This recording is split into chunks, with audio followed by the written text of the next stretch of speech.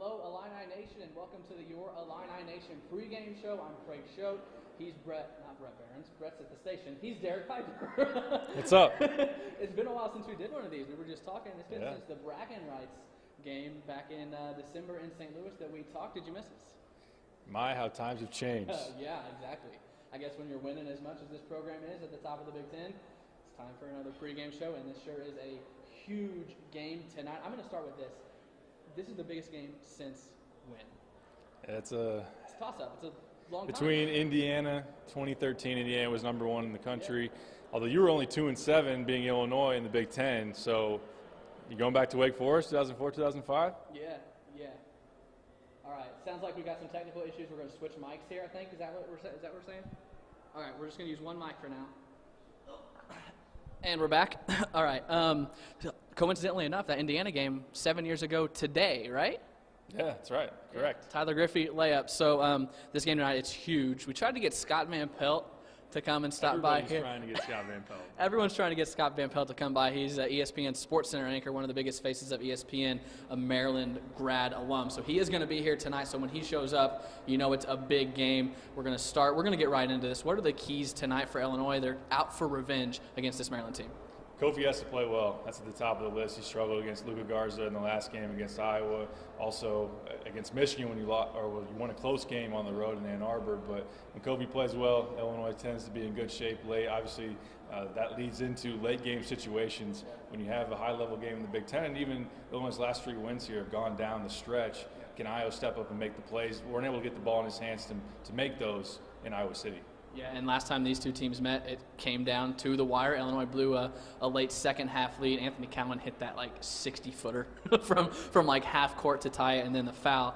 So Illini are out for revenge, and we asked them about it yesterday. Here's what they had to say on tonight's game.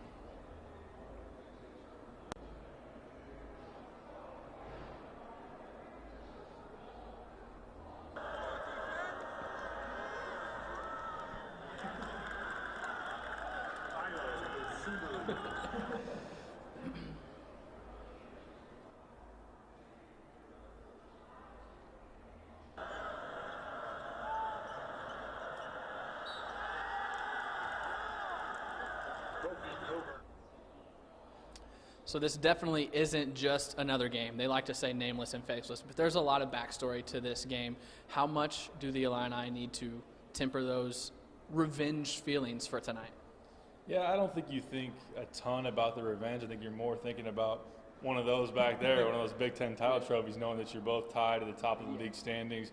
Kofi did say we owe them one, essentially, and we got to get them back. But it's really just about staying on top of the league and feed off the energy tonight. Yeah. I mean, this is what you've been building for as a program. So with the sellout, the Orange Crush, I think you want to buy into some of that, but obviously just still play your game.